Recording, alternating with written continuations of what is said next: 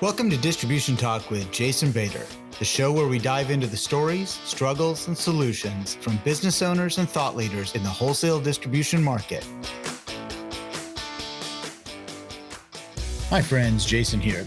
In this episode, I had the opportunity to speak with David Stafford, President and CEO of Stafford-Smith based in Kalamazoo, Michigan.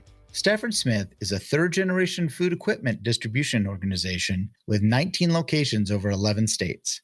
Dave is one of those Teddy Roosevelt-style leaders who leads from the front and stands shoulder to shoulder with his people. He shows up every day, walks the warehouse, and maintains an open-door policy. Perhaps that's why they have very little turnover and have no trouble filling open positions.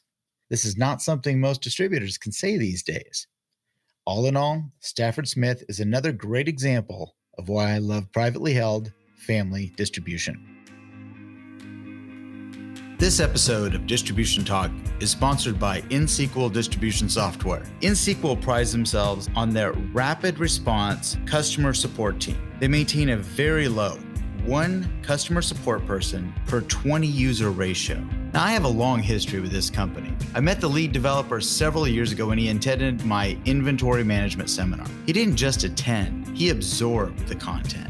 Every couple of years, I head up to their Michigan headquarters to talk about product enhancements and see what they're up to. I always come away impressed. If you're ready to step up to a fully loaded, scalable distribution package at an affordable price, look no further than InSequel Distribution Software at www.insequel.com. That's INXSQL.com. All right, David. Hey, welcome to Distribution Talk. Thank you so much for taking the time to be with me. Oh, you're welcome. Thanks for having me. Well, one of the things I love to do on this show is I like to kind of dive into the history. How did you get involved in the company? Did you get dragged in? Do you actually want to be here? I mean, how did that really come about? Well, it started when I was a little kid. My father, to keep me on my mom's hair at times, I think. I don't know. Well, I was 12 years old, and he would just, you're going to come over for half the day, and I'd come over to the office and, and empty garbage cans or sweep the truck yard or do, simple little stupid chores nobody else wanted to do. And he'd bring my bike. And then at lunchtime, I could ride my bike home. And I did that every summer and really enjoyed it, enjoyed the people around and all that. And so then, in high school, every summer I came here to work. And that's what I did. I worked 5 days a week and got a paycheck and worked in the warehouse, or then I went out and worked. We have a service component to our company in construction, and I worked that aspect. And did it all through college. And even when I was playing college ball, and some of my teammates would come over and do it. One of them was actually that worked here was Terry Crews, the actor. Oh, no kidding. Yep. I love Terry Crews, man. Yep. We were teammates and classmates. Really? So, yeah. And so Terry worked at Stafford-Smith for a summer. Oh, that's phenomenal. That's really great. Great guy. Yeah. So here's a guy that never used a tool in his life. We're like, Terry, this is how you use this. Well, wasn't he an artist? Oh, yeah. Yeah, one of his, that was his, I remember that. Yeah, very talented artist. Always told everybody, I'm going to be on TV. I'm going to be in the movies. I'm going to be in TV. There you go. And we'd always tease him about it. No, you're not. Yeah. And lo and behold, guess where he is what you see on TV is really the real Terry. I mean, that's great. He's that way. I mean, just a great guy. That's funny. So I did all that and then graduated from college, went in the Marine Corps. As I was getting ready to get out of the Marine Corps, back then you didn't have email and you didn't have all the other stuff that went on, aging myself.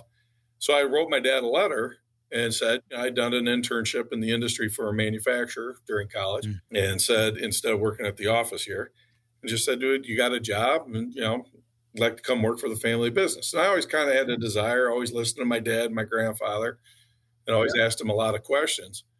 And so he said, sure. So I started off as a salesman down Mishawaka, Indiana, which is South Bend, basically a suburb. Yeah. Started there in sales. And then my father all of a sudden called me up one day and he said, you're moving up to Kalamazoo, which is our main office. And I'm going to give you a day off to find a place. Generous, wasn't he? Engaged at the time to my wife. And then after that, you'll start the next week. And if you got anything going on in Indiana, you'll drive back and forth. And I said, well, how long to move? And he goes, it'll take you a day. And I was like, okay. So that's how I got up here, and I was Yeah. a salesman for Stafford-Smith for a couple of years. And then we were looking to hire somebody to be a sales manager back in 95 because we had some issues here with prior management. And I was always sitting back quietly in the room. And the gentleman we tried to hire was in the process of buying out, him and his partner, a friend of his, were buying out the company that they work for. And so he suggested me. And he said, all the salespeople go to Dave anyways when they have a problem with a vendor, and Dave's the one solving all the issue. And so I was like, okay, thank you. I took that as a pay cut. Yeah, exactly. I mean, you're out there, by yourself. You don't have to deal with anybody else. And now you get people and a pay cut. Yeah. Man, it's like, who did you make mad that day? Yeah, probably my dad. I don't know. But no, I was sales manager and then moved up the ranks from there. And then, what was it, in 2001 or whatever, I became executive vice president. And we used to have these meetings, like little staff meetings with the VPs, and my dad would come in, but he'd always leave to Florida. And he walked in and he just looked at everybody and he goes, I'm going to start going, instead of just going for a couple weeks. He said, wife and I bought a place. We're going to go down there more regularly. We're going to become Florida residents.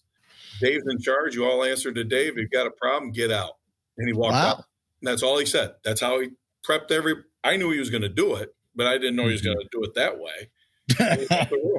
Everybody thinks he's the nice, genteel guy. He's not not until you live with him. Yeah. Trust me. I grew up with a father like that. And so he just left the room, and that was the deal. And then over time, I became president, and then president's majority shareholder and all that. And he still has shares as well. My sister, we're in the process of retiring all of her shares, going that route. She wanted 100% out and that, but she never was management here.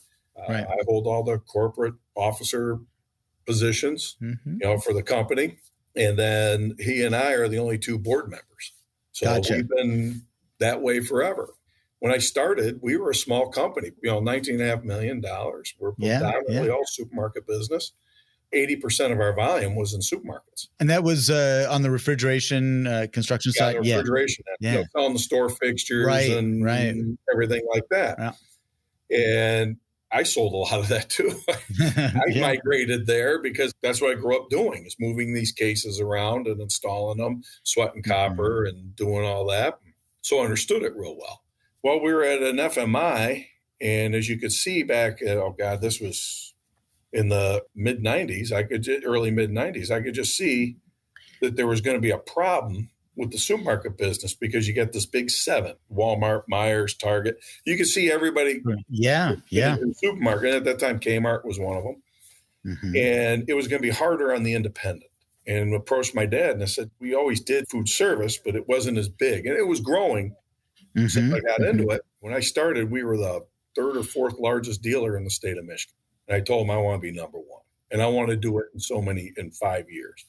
He goes, you'll never do it. You'll never do it. 3 years later, we were number one. I was going to say, that was like the very best thing he could have said to you was, you'll never do it. Just kind of listening to some of your background, you're a competitive guy. That's the best thing that he could have ever said to you. And he's competitive too. He played college ball and all that. Yeah. So and my grandfather had as well. And so we were all, my son, both my sons played college ball. My wife played collegiately and played pro beach volleyball. So it's a very competitive nature to us all. Sure. So we worked at it. And then in 1997, we bought a smaller dealer in Michigan. And then in 99, because of that acquisition, I got approached by a gentleman of one of the two companies we bought in 99. And he asked how the acquisition went. We were on a plant tour, a bunch of us were, and they were going to do a plant tour, a little sales meeting, and then with the manufacturer with some dealers, and then a little bit of golf mixed in. And so we're at this deal. I said, well, go ask him. He's right there. So he went, and the guy said, it went great. And the guy was answering to me, and he goes, it's really pretty good. This is pretty intuitive, and everything's made easier for us, and it's simple and stupid. And we just, now all we got to do is sell and enjoy life and work with our customers. Somebody else deals with the financials and the HR issues. And hey, what could be better than that? Exactly. And so then the guy started talks with me, and I reached out to my dad because my dad was heavily involved back then. And I just said, hey, we got this opportunity. He said, okay. So we worked together on that one. Well, out of that one came another one that popped up because that gentleman was talking to another dealer in the state. And so they start talking to us. We ended up closing on the second guy in July 2nd of 99. And then the one we started with in October 19th of 99. So it's kind of interesting how the twist the schedule of events happen. Yeah. And so both companies came on board. They both brought two branches to us, numerous people. They did some things differently than we did, but culturally, we were very, very alike. Good. So it was a good ethic, business ethic with our customers and with our employees and our staff. So it wasn't a big difference. The first gentleman, he ended up deciding after about 1.5 years, 2 years, we were telling him to do a certain thing. I was directing him. He didn't like the direction. So he decided he didn't want to do this anymore. And I said, okay, you're out. Yeah, accept your resignation. Let's move on. Let's decide to part ways positively instead of making this a lot of consternation. And he agreed to that. We parted ways on a positive note. Yeah.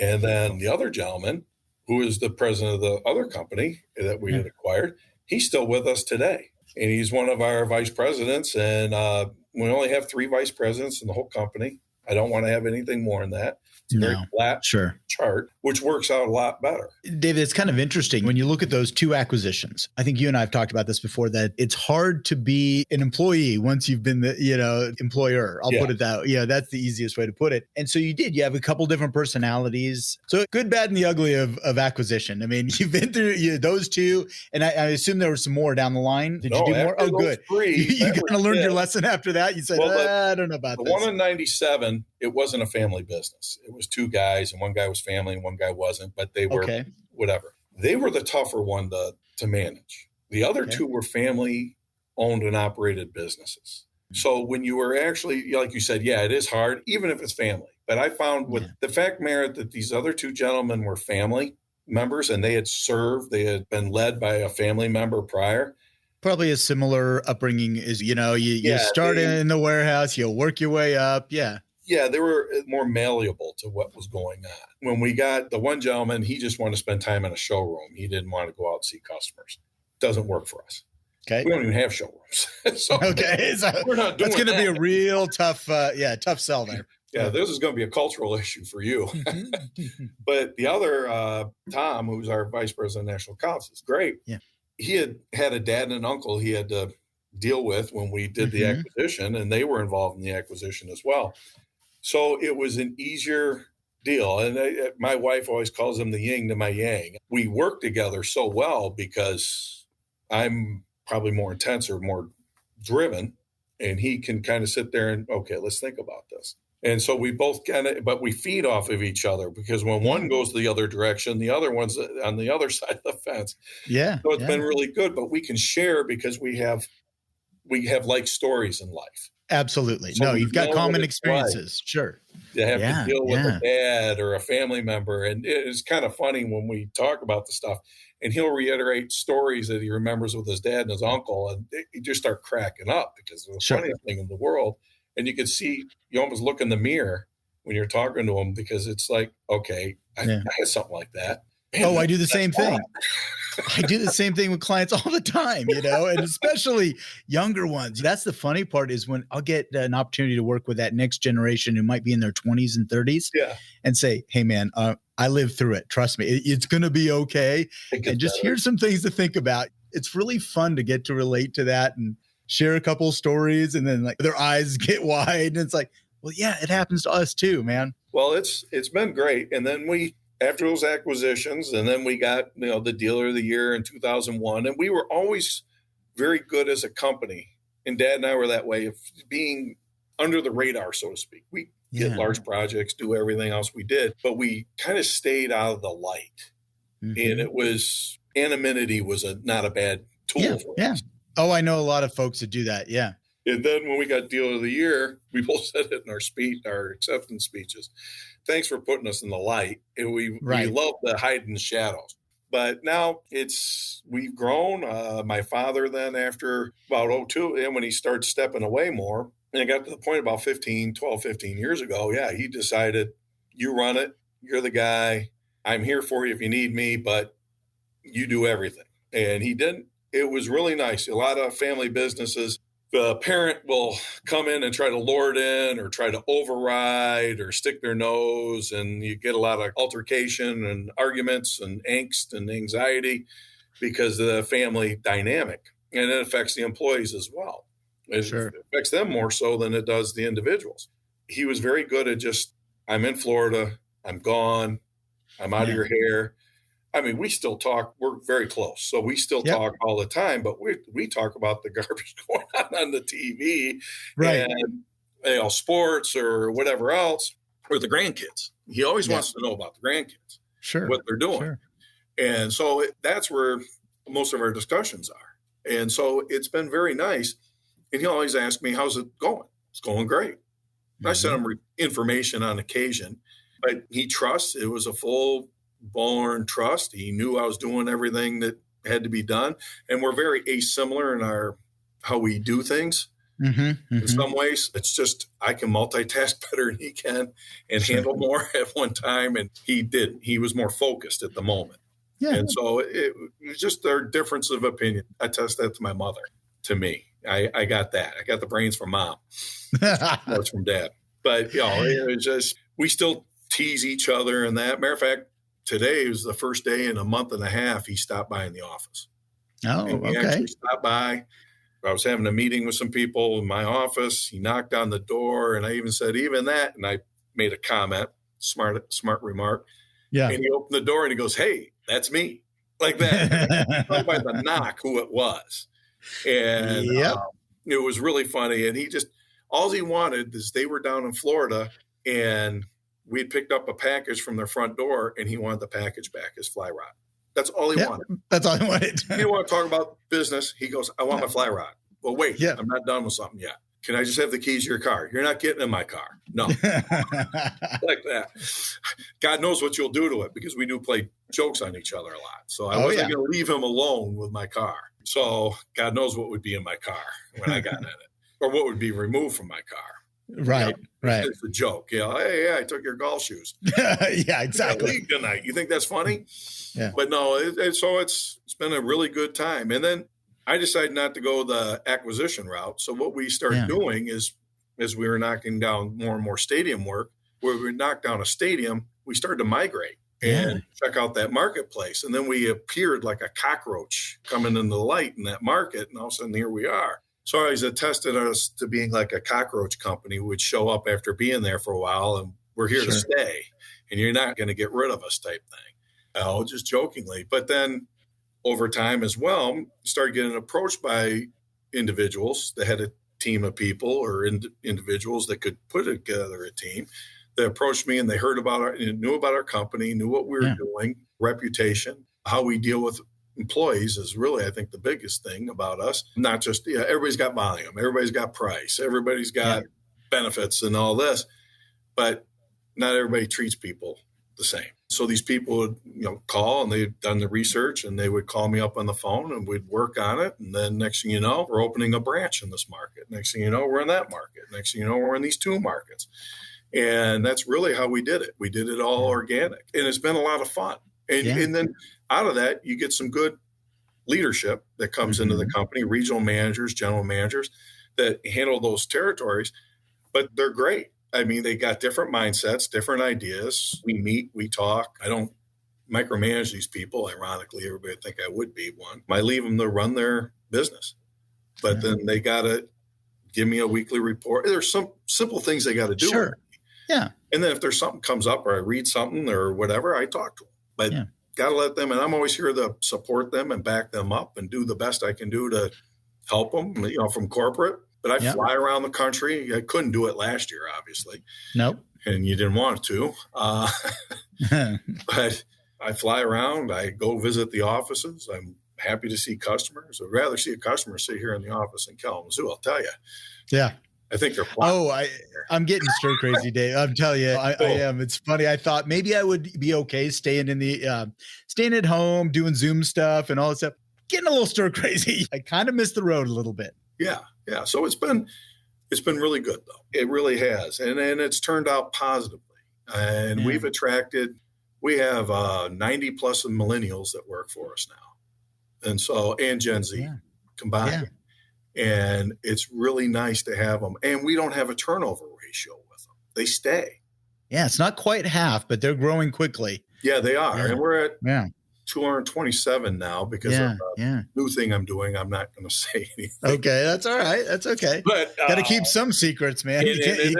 But what's interesting, even there, that's adding to our millennials in some of our Gen Zs. And so I'm not even including them in the mix. Yeah. But it's been a very good ride so far. Yeah. We make money. We're very profitable. We work hard to work here. I don't ask anybody ever to do anything I'm not willing to do myself or have not done. Yeah. David, as you were growing and as you said, it's kind of getting pulled by stadiums, which I think is a really interesting way to spread that geography and things like that. After the first few of these, when you kind of caught wind, you're like, hey, I think this is going to be a strategy for us. Not sure, but it might be. Did you start to put together a little bit of a formula once you said, okay, this is probably the way we're going to expand? A lot of people, when they do that greenfield startup, it takes a while to build that formula. Once you've got it, it actually kind of makes it much easier each time that comes your way. Yeah, there was 1, 2, 3, 4 of our locations were actually started because of stadiums. Okay. That's how they got, Wisconsin, Indianapolis, Houston, Texas, and Florida. Davie, Florida. I know where Davie is. Okay. Yeah, I know where Davie. As far as a formula in the beginning, no, there was not really a formula. It was a gut feel and doing feelers of it. Since then, the other ones have all been because of people have approached me and everything works out great.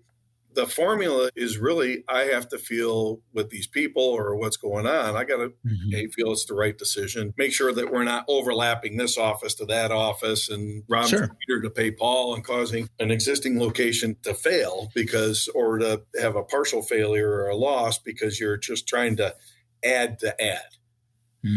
We have 19 locations right now around the country. So you got to be careful. You got to make sure you handle it right, that you treat the people right. And that's your new people and your existing at the same time. You can bring them together. So really, there's no real team to it approach. It's at an office, I make that call. I go over it with the individual. And then eventually, on the financial aspect, I get the CFO involved and our director of accounting. And then we just sit down and put together a budget and do all that. And after that, it's pretty simple. I have to have the gut feel. My heart to feel good that I can trust this person and that. So I don't have anybody in management anywhere in the company I don't trust. Yeah. So I think you might have just answered this question, but I'm going to ask it anyway. So what would cause you to say no? You said that you've got individuals that kind of come to you and say, hey, I want to come, let's do something together. When have you said no, or have you said no, to situate? Okay. So what would be those things that say, this is a red flag. I don't think this is going to be a good idea. I do the research. I ask people questions. I reach out and ask. There's certain people you can ask in the industry, that you feel comfortable. Everybody's got their cadre people they feel comfortable asking questions. And I do ask them the questions. And I get those answers from them. And I find out where these people have worked before or whatnot. And in some cases, I've called prior employers. And then I can also, because we do so much work all over the place, can ask a lot of questions, a lot of people, sometimes ask other dealers, just competitors that it might be in that market area. Have you ever heard of this person? If I get words back that the person is a questionable in character, has been a thief, done things that don't fit our mold, whatever else, no. I do not want to bring a cancer into the system, and I refuse to do that.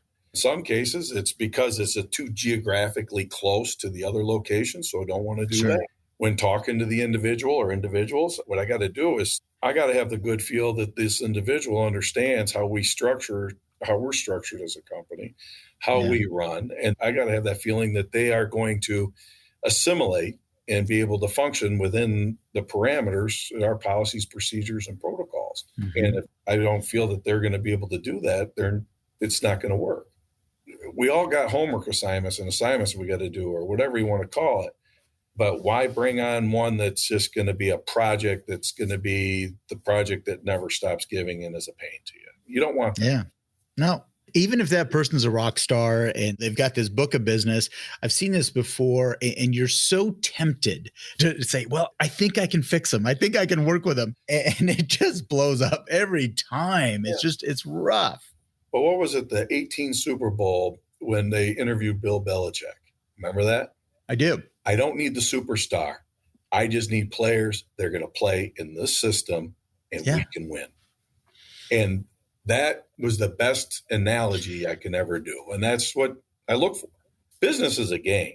I can't play football anymore. I'm too bloody old and I'm beat up. But at least I can do this every day. Right. Right. And there's a boatload of strategy to it, and you got to bring energy. Absolutely. I can definitely appreciate that. And really, there are times to walk away from situations that intuitively. And again, you've done so many now that you kind of get that sense of, is this going to fly or not? And I'm not saying that we're immune to mistakes, because that's going to happen to it, after, you get a little bit of wisdom and you hope to make fewer mistakes than you did the day before. Exactly. But you still make your mistakes. I mean, that's just life. Sure. It is. It is life. And hopefully we learn from it. And sometimes we have to get smacked in the head again to kind of get that one through. But, as you build, these locations, and you're seeing nice growth and expansion, as you said, you're now up to 227 employees now. Right now is a rough time to try to recruit and to get people coming into the business. How are you all dealing with this one? I mean, this is a tough challenge.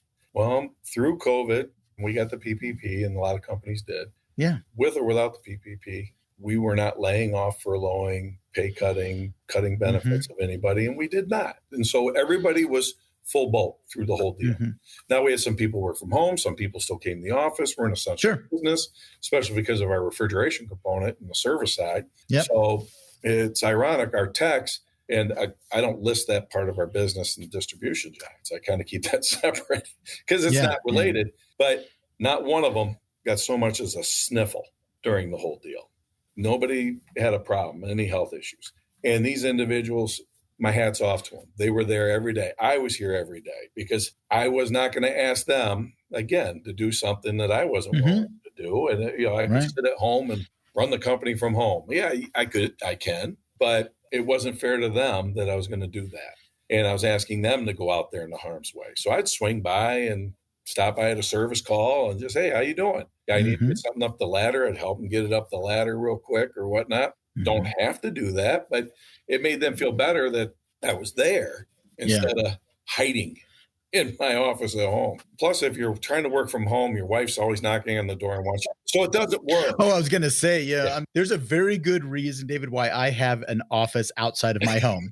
There's a very good reason why I'm willing to pay rent every single month, because I do not want to be there. Yeah. And so love her to death, but she did that well, can't you just move this? I'm on a call. Exactly. Oh no. Yeah. Okay. Just switch the laundry. Just switch the laundry. Yeah. No. So no, but it worked out great for us. Yeah. You see a lot of people having a hard time hiring people. Everybody came back to work for us. Even the people who are working from home, everybody came back. Corporately, we had 5 people overall that wanted to continue to work from home. We're not that type of company. Gotcha. They decided to part ways. We replaced them within a week. That's fortunate. We're blessed. We're lucky. Right now, if we put out a resume, we get innumerable, sometimes anywhere from 10 to anywhere to 60 resumes. And our HR department goes through them, does phone screens, does everything else. We've been replacing people. We have not had a problem hiring people. It sounds braggadocious, but it's true. Yeah. We go through the people that we want, and some of them you just don't fit. Yeah. But our HR does a great job. We have a team approach in the interview. So there's the people in that department. They interview this person. It really works out real well. So the individual understands I'm coming to work for something that, say, we're a team and we're a family. We really are. And we look out for each other.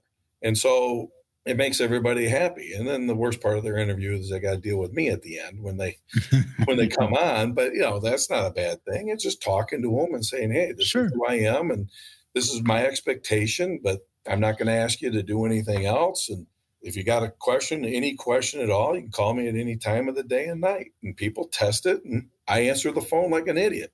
But talk to them and help them out. But if it be something business related or it be something home related.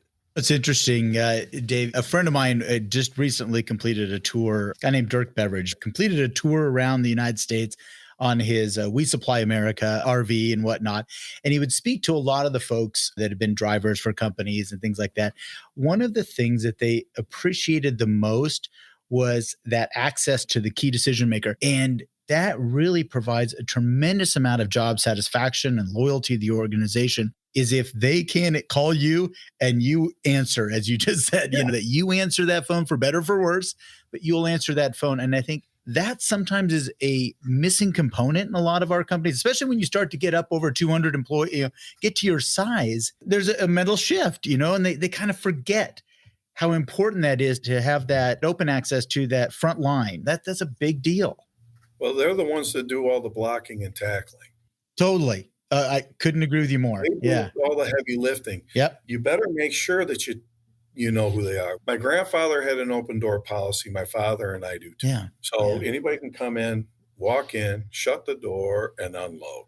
And if they don't like it, we'll listen to it. And it's been that way with all three of us. That's been the secret, I always felt, of the success, because the fact, Mayor, it's not my grandfather was a Dave, my dad's a Dave, I'm a Dave, and my son's a Dave.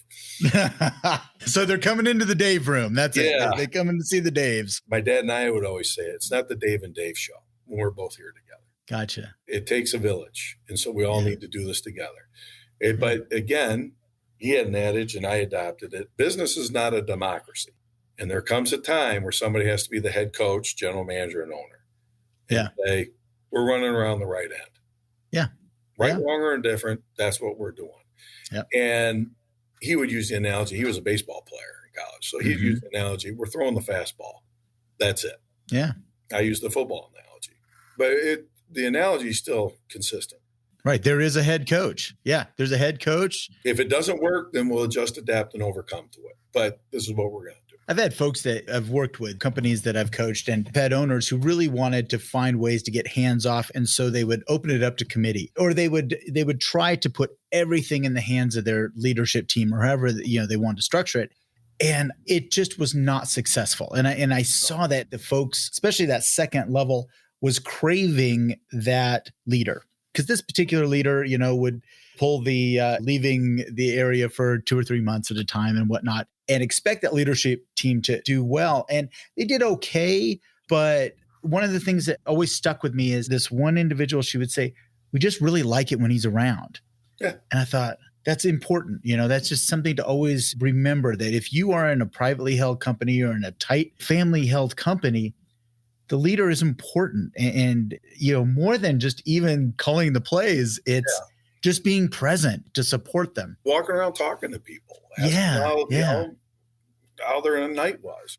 Did you have a good dinner last night? Did you watch the game? Yeah. Did you this? Joking with them. Right. Listen to them tell you jokes, or listen to them just tell jokes, and listen to them communicate. Sitting in the break room a little bit at lunch and just listening to the rest of the team talk and joke about things. It's nice. And to be able to be lighthearted enough that you're the boss, but you're not immune to being able to be poked and prodded. Yeah. Let everybody know that. That's what makes it fun. I mean, we have a culture here where scaring people seems to be the big culture. Okay. So people, you walk through a door, somebody's hiding on the other side, or that's funny. That's good. We have a 6'4" clown that's in the building that's motion activated, and a mummy that's taller than that. Motion activated. They end up in bathrooms. They end up in offices. They end up in the hall. Oh, yeah. Things like that go on all the time. Blow horns under people's chairs. There's a lot of pranking, but it's made it fun. Yeah. And we're all subject to it. Well, and I think it just brings you together. That's a good one. And even if they prank the boss, nobody fears for their job. They're just like, you might even get complimented on the level of complexity that you brought to the prank. Yeah, there's a video in this company that floats around of me. They got me during COVID. They put a blowhorn under my seat. I just sat down, and they had a camera over there in my office, and they were videotaping me. And I didn't even see the camera. I set it down right where I always set my keys, and I didn't even see the phone sitting there. And they got me on videotape, sound, everything. Oh, yeah. Oh, that's awesome. And so it gets sent out periodically. And then our IT department have changed my face or imprinted my face on certain things and sent it out. Sure. Because I'm teasing IT. And so all of a sudden they get me back with that. And I'm just like, okay, here we go. Yeah, we'll be mad. We'll work on this. Because no, you're having just as much fun as they are. Sure. And that's actually part of our culture where everybody can actually enjoy. Yeah. It's mutual respect. And I think, that's one of the critical components. I was thinking about this the other day, just talking about mutual respect. People are asking, what is company culture? And they've got a lot of different definitions. And I think ultimately comes down to that. The friend of mine said, it's not ping pong tables in the break room. That's not company culture. It's that mutual respect for one another. And I think that was his comment. And that resonated with me. I said, oh, okay, that makes some sense. Yeah, it's understanding. I mean, I use the terminology sometimes. It's a good Judeo-Christian ethic. I mean, that's really what it is. Yeah. It's just being there to take care of people. Yeah, it's golden rule stuff. Yeah. My grandfather had a rule, and he passed it on to my dad. And then my grandfather, when I came in the business, he was still alive. He was out, and that my dad had actually fired him in 1987. Mm-hmm. I got to see that. Terry Crews and I both were there that day. Oh, that's funny. Terry turns to me and goes, your family's nuts. And I said, I'm no part of this. Yeah. But it was the rule of three. So if you got 3 employees that work for you, everybody at least, when you go to work, get up in the morning, you go to work, you're going to work for the 3. Everybody at least has a spouse and a child. Mm-hmm. So at the end of the day, when you're brushing your teeth, washing your face, looking in the mirror before going to bed, if you didn't work for the 3, you didn't work for the 9. So now what you need to do is turn around, get dressed, give your wife a kiss, and get your butt back to work. Your day's not done. And he had this mentality around that, and he lived it biblically. And so he passed down to my father, and I always knew it was there, but my grandfather was the one that had to tell me about the rule. So he did. And he goes, and if you can't do that, you don't deserve to be here. And I was fresh out of the Marine Corps, and I said, I can do this. Mm-hmm. Well, now with 227 times 3, every night there's thoughts there. Yeah, It changes the dynamic of it. But if you just live by that simple rule, it makes the culture, it makes the work performance of the company work because everybody knows I'm here. I'm not disappearing. Right. I haven't taken a vacation in 6 years. Personal, that my wife and I will go someplace, but it's usually work related, because of a conference like FIDA next week. Yeah. We don't go off on trips, and it's just not us. I grew up with family vacations that just happened to coincide with trade association, meetings or stuff like that. I'm like, oh, this is interesting. How do we get here? Oh, I get it now. Yeah, I understand. Exactly. That's always worked for our kids. Yeah. Speaking of FIDA, I'm glad you brought that up. You have taken on leadership, or you've been involved a couple times with the service to the industry and service to the association. If you can share with us, why did you raise your hand, or as you say, get dragged into that one, or why do you get involved, and why do you stay involved? What does that give you? Well, I got asked in 2004 to do it, and I did it from 2004 to 2007 to be on the board. That's years ago. I didn't have gray hair then. I know the feeling, man. I have a lack of hair. Right. But I did it then. Then was always involved in the buying group as well, or on the vendor side. And then Tracy, she came in and took over from Ray and everything. Yeah. Been great to the association, has really turned us around to the positive, has taken us in just an outstanding direction. Very foresighted, and we're doing things more as an association than we did before, which is really nice to see. But she approached me, what was it, 19 or 18, something like that, to be involved, rejoin the board. And I said, sure, I'll do it. I'd be happy to do it. And then she goes, well, you're not too busy. I can make it work. And so joined the board, and the first board meeting, you would go around and everybody introduces themselves because you always have new members on the board, and we all know each other. In our industry, but it's a big, but not a small industry. So pretty much everybody there knows who each other are, has an idea. And when I got to my name, I said, hi, I'm Dave Stafford. I've been conscripted to this. I'm a conscript. They just grabbed me off the boat and put me on this boat, type thing. Being a smart aleck. But no, I really wanted to do it, and I didn't have a problem doing it at all. And then November of 19, she sat me down after a meeting and said, I want you to stay. We're in Chicago at the meeting in Chicago at the corporate offices for FIDA. She goes, can you stay afterwards? And sat down with her and just said, yeah, whatever you heard, I didn't do it. I feel like I'm in the principal's office. Sure, yeah, yeah. And she just, no, Dave, no, we'd like you to be on the executive. Because it used to be you'd have to serve the board and then do this and go through all these steps, hoops, and ladders. What she's been doing, I've noticed, is avoiding all that long hoops and ladders and the baton death march of it all, grabbing people that make sense to grab. And so it's been very positive on that aspect where you don't know what's going on. And then she keeps everybody involved. It's just this group makes the decisions, not the team. And so it really works out real nice in this. It is. It's a breath of fresh air. So she asked me to do that, and I said, okay. And one time she asked me maybe on this position, but then the other gentleman that was the treasurer and secretary wanted to be vice chairman because he's younger and has younger children and everything else, and having to approve all the bills and everything. So I said, oh, okay, I'll do that. That's fine. Mm-hmm. It's not that hard. You get an email, you click on the thing, you log in, you look at it. Everything's very well laid out in this system. So you don't have to be on the phone, go back and forth on emails. You can read the whole thing and just go, okay, hit the approve button, X out, you're done. Yeah. It can take anywhere 2 to 5 minutes. I think a good executive director can really make it easy on the board members by being very organized and making that process easy. I want to give back to the industry. And the reason why I want to give back to the industry is I grew up in this. This is what I know. This is what I love. Yeah. I remember all the history because I learned it from my dad, my grandfather, and talking to other people in the industry, older gentlemen, and listening to them, just sitting there and listening and absorbing what they would teach. But is to be able to give back to the next generation and to my generation or even the older generation, just the industry in general, to get back to it and to help vitalize this industry and keep it strong. I mean, if we don't do it, it's going to be a problem. You can't sit back and run everything from 1,000 miles away. Right. If you don't do it, if you don't raise your hand, who else is going to? I've run into people, that maybe they're younger in the industry and they don't really know how to get involved. And I said, all you have to do is just let someone know you're interested and trust me, you will be conscripted. I mean, this is the way it is. And sometimes you might not be ready for it. You might not be in a place where you're not ready. It might not be, you're not mentally ready. You're not mature enough. You're not whatever it is. So you're not ready to be in that slot or to be in any slot, or you don't fit the slot, or you don't fit into the mold of what's going on. You might be a great person, but you might fit in the dynamic of the whole deal. I mean, there's so many different variables to that.